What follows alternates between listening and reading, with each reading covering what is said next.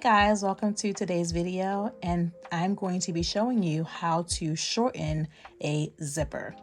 So if you are new to sewing, you may have noticed as you are looking for zippers, it's sometimes hard to find a zipper to match the exact length that you need for your make. When that happens, don't fret.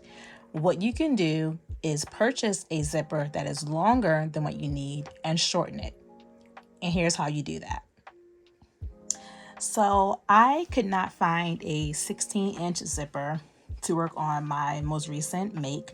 So I went ahead and purchased an 18-inch zipper.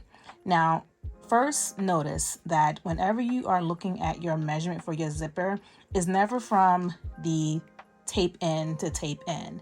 You always measure from one end of the pole, which is also called a stop, to where the other pole, which is where the zipper is, begins. So if I take this measurement from one pole to the next, you will see, if I can get this up, that this zipper is an 18-inch zipper. That's always how you measure your zippers.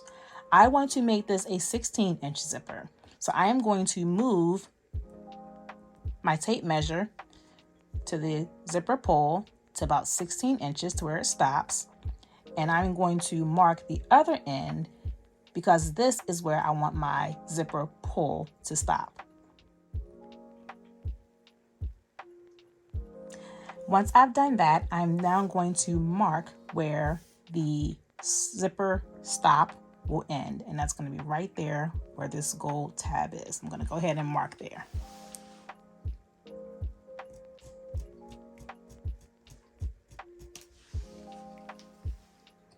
Okay. So now I'm going to go to my machine. I'm going to put a stitch here for the stop. Okay, so once you go to your machine, make sure that your feed dogs are down.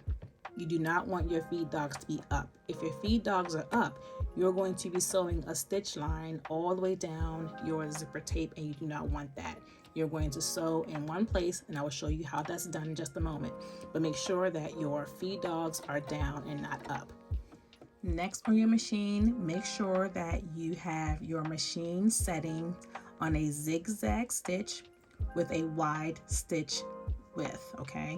That's really important because you don't want your needle to break on your zipper teeth as you begin to sew your stop. Right, so make sure you have a zigzag stitch, and on my machine my zigzag stitch is number 5,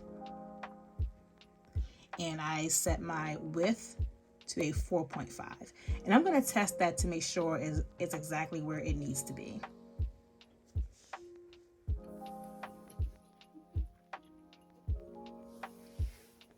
Okay, so I tested the 4.5 width, and it wasn't wide enough, I don't think, for my zipper. So I moved my width up to a 7, and let's see, that should definitely be more than enough width to make sure that my needle doesn't bump up against my zipper teeth. Let's see how wide of a stitch that is.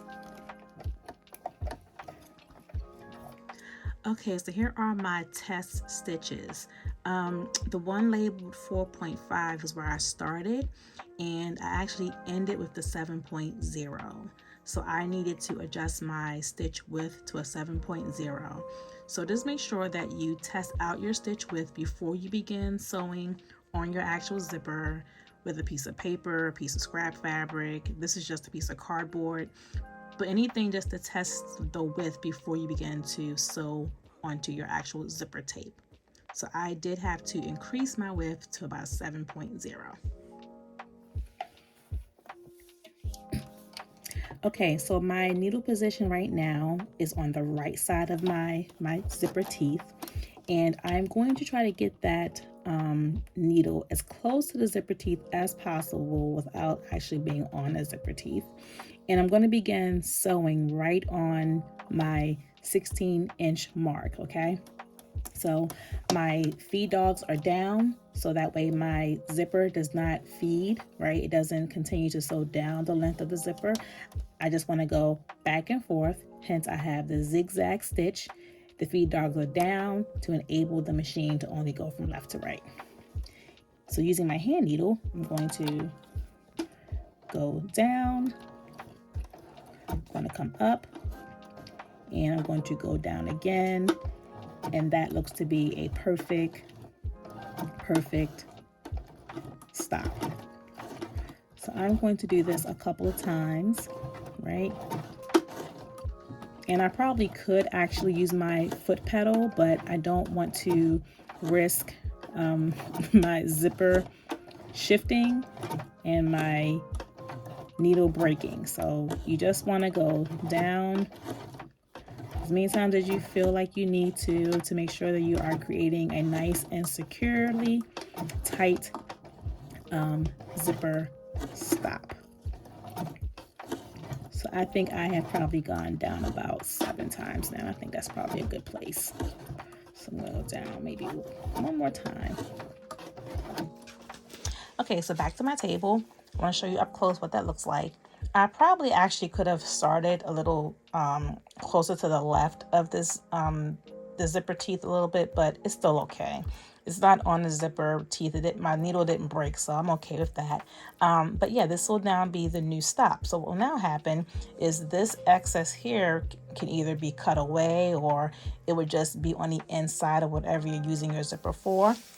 And now the zipper pull will stop right where I put my new stop.